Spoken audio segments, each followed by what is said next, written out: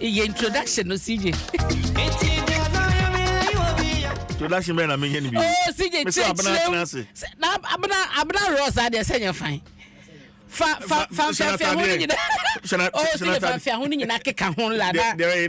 Unim dada. Oh, I mean ka BP asem wo so BP bia. Eusia abna koya awaba. Oh, yabo. Yes, yabo. Yes, yabo, ya koya yaba ye.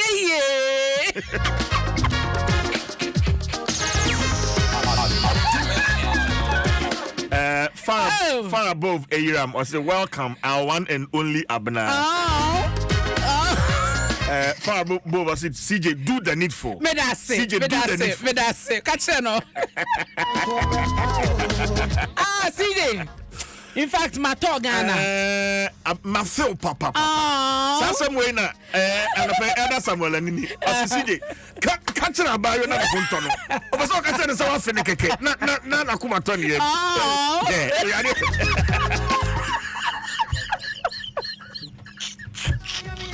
Yes, CJ, Mr. Fiama Phil. Now me call T-Region. Somebody my Titi Foundation call T-Region Banda. I acquire Juma, and I'm a sample me buy ye. Now me call Chimoda, call Strassi, call me Chrome. CJ. A chance now call. There is some chance me call Strassi. A chance and you can't chance later. But they can't call Strassi and Sana your bad chance. Oh, said it's here now.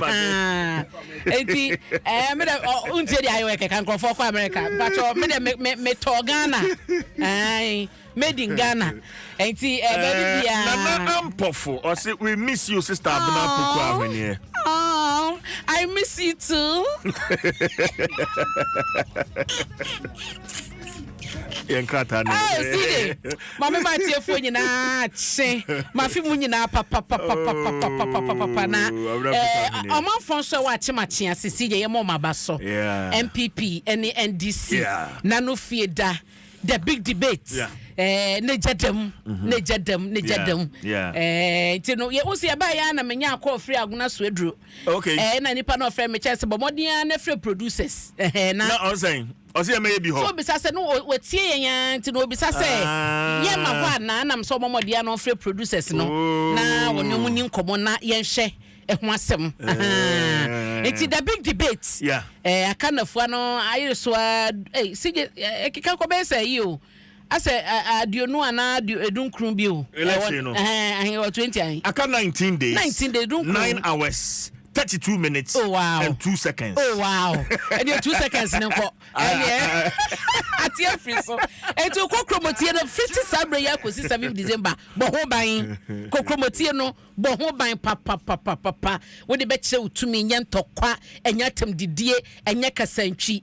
One kasaba bia beto afa no e wo tirim CJ bia oni obi bedi achinye mudi achinye ni wia enye ntokwasem obi anko ne ba bi ma de so tim du hod ma kwoto abasumdwe so ne pe ba bi tina so ati ase wo hwe US die ya ye to aba sanete so Ghana de so nyesa nye ntokwa na abeko nya da pa na wawa no ya na chese obedi nkunim eno ye mfa kansem ntie ma bibia nye boko wai na ye nyina nkoto ya ba sanse omane kan kwanti ne to aba nti aba no ukọ so anu wato ne yie medase na CJ mame ko daily guide obokata yi mu na ye hwa nim ha District Assembly Common Fund unim sa drip mfidie ya mampani akufo ado ne District Assembly fo ka bom mu ya omo ede ba ye ba ba ye dwuma ni nyina ne se nkura hoduo mu a akwan na sei na ye kwa achiase yi which say DC Richmond Amponsa ajaben ka se drip ne ba ye de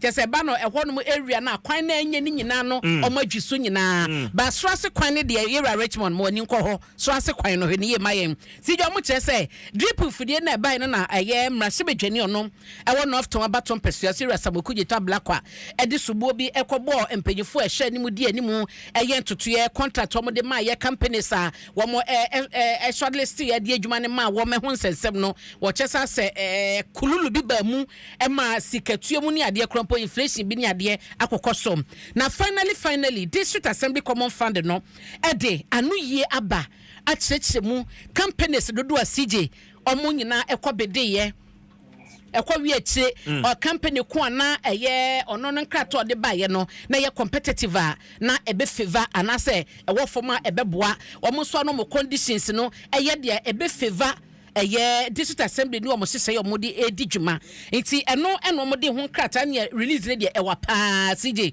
omo di aba be chim chese yewura samo okujeto ablakwa and some of the beto emontin so nyina eya trosem eyebosem ka eni nyina so nti kokosia wo baabi a to wadwemu isan said the ode ba bontin nyina no eye ntro. Okay, ma menkwa homa ne so on abna sansem ya democrata drip machines ni ya black kwade honorable Augustine Collins in team a member of parliament for Offenso North meneno entwetwe sansem mu nkobo honorable temeka Adom FM suni ya mwache mini abema mpacho mejoso but also what do you de onyame ene obade adaroma akra meti apopa wadaroma district road improvement program in fidie no a aban epa hontoma enche ye bia no honorable Samuel Kujeto Ablakwa chese ebuo anasika editor san fidie abro so by $102 million enchiremu no ne sen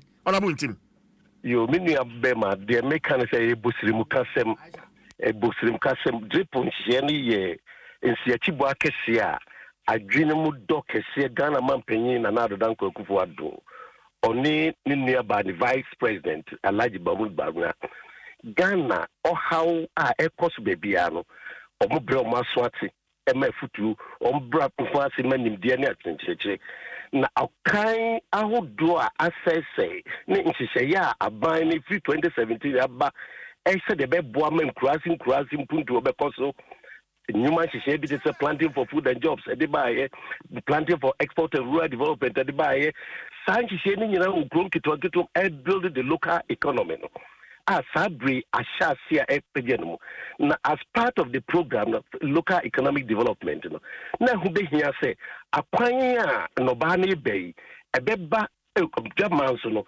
and so ya dia wo say adwen ho papa esan say kamia say modem a oye ni nyina no ubie was fidie bia no road vote no afi so onti bi eno nti no na hu be hia say de nsiachi ba emudo na bebia Ghana bebia o mapan no edon ni brain nyina ne betimesisi and only district road improvement programs are the Ministry of Local Government, Decentralization and Rural Development, the District Assembly Common Fund, and the Ministry of Roads, Feeder Roads Department. Say, ampa aban ayen over the years. See, di infidie ebeba near the abeboa encouraging do no. Nanso infidie ba eni ginaye. Nasna esan say enfidie obeti sa ba na ye grader eno nti adwuma I want say bulldozer ekoye no a na odi grader no adwuma also di backroom koye a no eno nti abra adwinto ato ebei na ehun be hia say ntihye no bekoso ye na ho abamfa so a also ye man deep thought na akanye bia ebeboa ama akwan asiesie no ya dwene ho eno ene ye pursue eno ena Nana Danko Akufo-Addo ena bani nua bema Alhaji Dr. Baumia ya did drip program district road in program no eno akire say akwan ubeya edi kan no ubehia say virgin road ubehia bulldozer eno nti ya wose adwene bulldozer ho na yehunu say bulldozers no so no enye baabia ne behia nye bebia and behia just a virgin routes and the bulldozer are accountable no na yen here bebia for every district and as part of the package you know yet 50 ube here grader ye fidia amensin bia o ya kwanya ube here and no san into no na o see adwin na mensin a wo Ghana nyina no obi enye an integrator no yet 280 units ebiem se baby wo hono ma na bi hu be here say ubeye covet and ubeye covet into be to amra kakra eno nti ubehia backhoe no ya adwuma mensi bia benye eno nti ya dwin to 280 uye backhoe no wi a ubehia say ubeye covet means no be here be the concrete mixers and wheelbarrows and into concrete mixers and over 700 units. The over here wheelbarrows wheelbarrows no every district via and 10 of them. We are covered in via ube here say would they and abo gravels begugu so and until ube here a tipper track and the tipper track no every district and indeed constituency behind the 280 units. So when you a tipper track via I want also near idea over gum and to be here wheel loader into every district via bay now we are clear said the yen na wheel loader no yen timin to 280 and into 100 units every 6 constituencies via be share one wheel loader. Na ebiem when you wheel loader na wie when you upgrade the wie when na ube here say baby o ho a ye de ariabo ebetintim so amana yi ariabo no de you can't share it, so every district via be ariabo 280 units. Na ebi wo ho a wa wie abo na wie no ube here say we didn't see about pete so said the be ya dax ni bebe enje into every district the drip program I say the water bowser account. Okay, ana mo bajo me ba wo bo equipment ni nyina so but good and common no angasankasa ono boku the tab black kwade abetu dwa no chese niema no amototoye no ebuo no ebroso. In fact, in his release, Liugong motor grader ya ne eka ho asem ya na eka ho asem say 4180D. Yeah, currently you turn $61,000, Young Ghana for the turn $185,236, inflated by 204%. Drum roller, yes.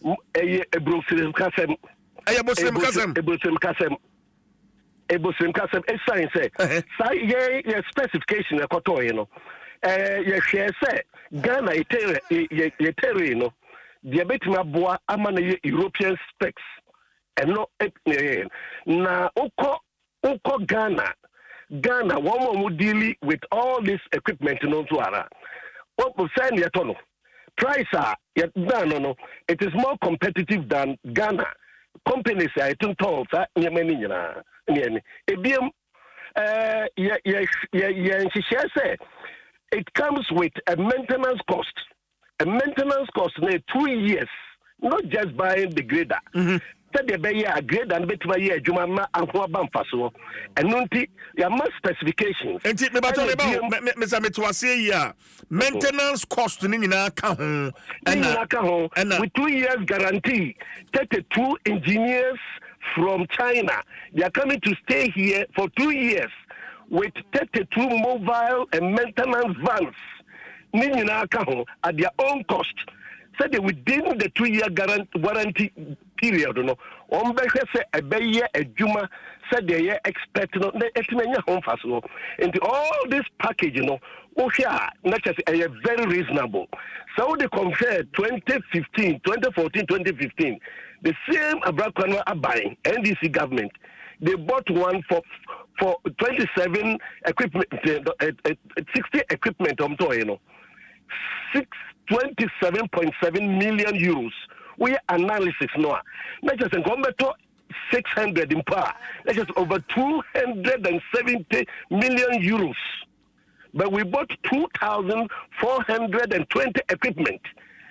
And as several workers, so Bekaya, Abra Ghana Man Penny Lanchi program, all the NDC's people they came and hailed, including Abrakwadwan. They even said they gave the approval. Indeed, through the process of approving DSCF, Parliament were deeply involved, particularly the local government committee. And the said the entire Abraka everybody team Ekika Sansemono. It's say said the idea omu bem no yebi. We had that calculation Nanka omu pensuya na Bako is going for over 400 million plus equipment that is the implications. Now so the end day it includes all that package. Maintenance costs, service costs, guarantee, and the engineers, 32 engineers. Apart from that, 70 Ghanaian engineers were sent to China to train them. Said the Bayer, Umbetini, Aberham Fidia, so no matter transfer technology. No. All this went into the procurement programs. Into the all kind of Linia Bema. For the past 2 months, drip Ghana man penny lunch here. Na a Juma drip program ne yenoa. Linia Bema. Na utinu se ANC chiba. Okay. Honorable Embrain Tima, young fancy her. Maybe say, Unya Honsona Weber Studio and Anka document to her. Because Honorable could have applied or the document, a claims to know what a making, so we can spend time and get into the document. Nothing. I mean, I know.